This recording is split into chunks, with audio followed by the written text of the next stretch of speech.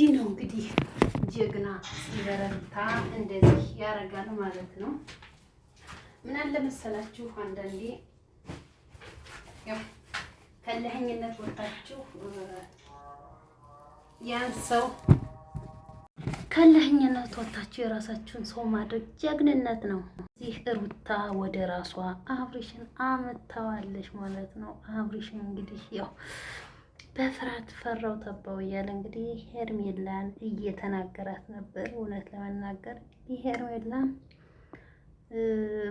አንዳንዴ በተለይ በሰው ትዳር ህይወት ውስጥ እየገባችሁ የምታምሱ ልጆች ግን አንዳንዶቹ በእውነት ፈጣሪን ፍሩ። ነግበን የሚባል ነገር አለ። ማርያምን ነው የምላችሁ። ስለዚህ ጥሩ አካሄድ ብንሄድ ፈጣሪ የኛ ያልሆነ እኮ የትም አይቀርም። ማርያም ይሻግታል እንጂ የኛ ያልሆነ እንጀራ ማንም አይበላውም ወገኖችም። እና ፈጣሪ የራሳችን ትዳርና ህይወት ይሰጠናል። ግን ለምንድን ነው ግን የሰው ትዳር ህይወት ውስጥ እየገባን የምንፈተፍት የተለያየ ነገር የምናደርግ ወገን? አንዳንዴ ምን አለ መሰላችሁ ቆም ብለን ስናስበው እህቴ ብትሆንስ? አሁን ለምሳሌ ሄርሜላ ሩታ እህትሽ ብትሆን ምን አይነት ስሜት የሚሰማሽ የነበር? በእውነት በጣም ያሳፍራል። ስለዚህ ጥሩ ነገር አይደለም። ሩታ ደግሞ ራሷን ቆም ብላ ስታስብና ስታዳምጠው ትክክል እንዳልሆነሽ ወደ ራሷ መታለሽ ማለት ነው። እና ጀግንነት ነው ይሄ፣ ጉብዝና ነው። ሩታዬ በርች። አብርሽም ደግሞ እንግዲህ ከህይወቴ ውጭልኝ እያለ እንግዲህ ሲያስተላልፍ ነበር። ዛሬም ሩታ እንግዲህ እህቶቿን ሰፕራይዝ እያደረገቻቸው ነበረ። እውነት ለመናገር ጎበዝ፣ አንዳንዴ ኃይለኝነትን ትውት አድርጎ ወደ ሰላም ማስፈኗ ጀግንነት ነው። አሁን ይህ ልጅ አታው ነበር፣ ምክንያቱም በራሷ እልኸኝነት በራሷ ነገር ልጁን አታው ነበር። ግን አሁን ግን ዙራ መመለሷ ጉብዝና ነው እና ሩታ አሁን በርትታለች። በተለይ እንደ ሩታ ያለ ትዳር የቀናችሁ ልጆች ወደ ራሳችሁ እየተመለሳችሁ ትዳራችሁን ማዳን ትችላላችሁ። ለምሳሌ አሁን እነ ውብዬ፣ ለምሳሌ አሁን እነ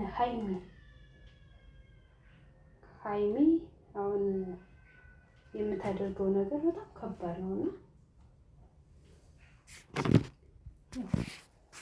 አፍቅሯል፣ አስረግዟል እያለሽ እንግዲህ ብዙ ነገር ታደርጋለሽ።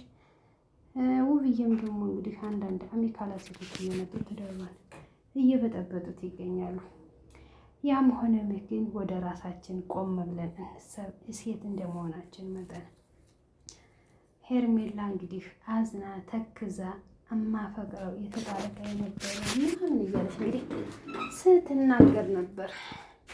አንዳንዴም ሰው እርግጥ ይበሳጫል፣ ይናደዳል እንጂ ሌላ ምንም የሚያወጣው ነገር የለም።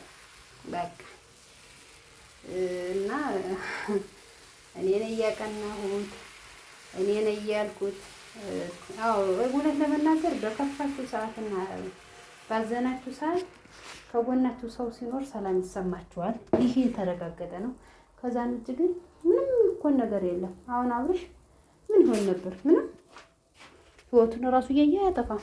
ስለዚህ ሄርሜላ ግን እሷ እንዳዳነሽው እሷን እንዳለሽው ስትናገር ነበር።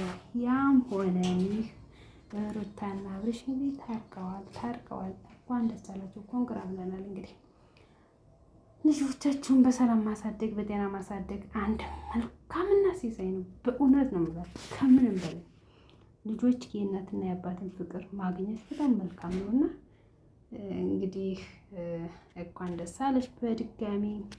አብርሽም ድጋሚ ስተት ባሰረ ከዚህ በኋላ ልጅህን ብታሳድግ ብትሰበሰብ መልካም ነው። በየዋህነትህ እየገቡ ሴቶች እንግዲህ ትዳራቸውን የሚያናጉተኝ አንዳንድ ሴቶች አይጠፉምና ቆም ብለህ እያሰብክ ከዚህ በኋላ ጥሩም ላይ መጣም ይችላል። ስለዚህ እንደዛ ብታደርግ መልካም ነው የምለው አብርሽዬ። በተረፈ መልካም እድል፣ መልካም ጊዜ ይሆንላችሁ።